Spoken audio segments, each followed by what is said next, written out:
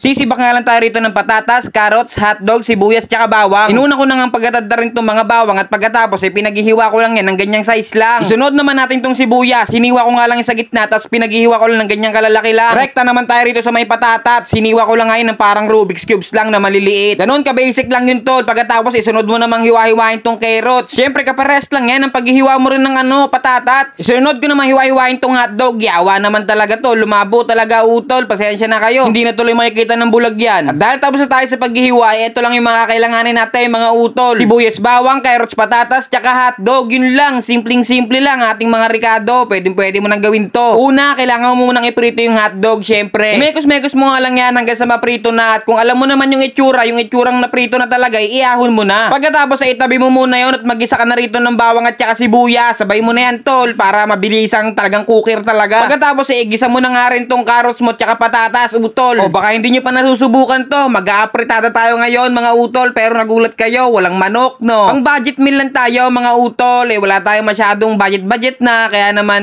kailangan natin talaga mag-isip ng mga ulam na makakapasok talaga sa osip lang lagi. Pagkatapos ko ang ilagay yung apritada sauce, talaga namang niluto ko muna mga utol bago ko lagyan ng tubig. Pakukuluan nyo lang ng pakukuluan niya mga utol hanggang sa lumambot lang yung patatas tsaka carrots. Nilagyan ko na nga rin yan ng patis para naman balanse talaga yung lasa. Dinagdagan ko na rin ng tubig mga utol, gawat natutuyot na, di pa lumalambot yung natin, carrots tsaka patatas. Inubos ko na nga rin dyan yung apritada sauce natin mga utol at pagkatapos pakukuluin lang natin yan hanggang sa lumambot lang tong patatas natin tsaka carrots. Nung lumambot na nga, nilagyan ko na nga rin ng asukal to pambalanse ng lasa at konting mekos-mekos lang at pagkatapos nilagay ko na rin dito yung mga hotdog mga utol. Kailangan lang natin halu-haluin na mabuti mga utol para malagyan ng sauce lahat-lahat na hotdog na nilagay nyo. Husgahan na natin yan kung gaano kabisa yan. Ay talaga naman bitawan mo na, bilisan mo ay talaga hindi na binitawan, double okay tsaka double delicious at nilagyan ko na nga ng mga silian mga utol para mabisa sa mata talaga. Ay ewan ko na lang kung masubukan mo to, baka hindi ka na magluto ng original na apritada talaga. Kaya naman okay ka sa akin, ay triple okay pala at double delicious lang. Dito naman sa labas hindi ko na nga naramdaman ang pagdating ni utol. Sinundo kasi ni Bayaw at si Bayaw kasi maagang umuwi kanina pang mga alas 8. Kaya naman matik na kagad mga utol. Magbibihis lang yung si utol at kakain na rin kami kagad. Gawat anong oras na rin kasi kami nakain palagi mga utol. Alas 10 na. Gawat alas 10 kasi naawi yung utol ko. At si Manang Lia ay nangunguna na naman dito. Hello. Okay.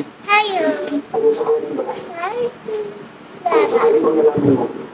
Yes. Ay talaga nga naman batang ito, basta mayroong makitang hotdog sa ulam yan mga utol, talaga naman nangunguna talaga sa'yo yan. Kaya naman testingin mo na yan mga utol, mas maraming alam sa pagluluto sa kusina para naman hindi ka mapag-iwanan ng iyong asawa. Ay naku, God. Nakalimutan ko nga i-play yung timelapse mga utol. Nagumpisa na kami kumain at naalala ko lang nung tapos na ako, yawa. Kaya naman i-follow mo na yung page ko tol. Paano? Paalam.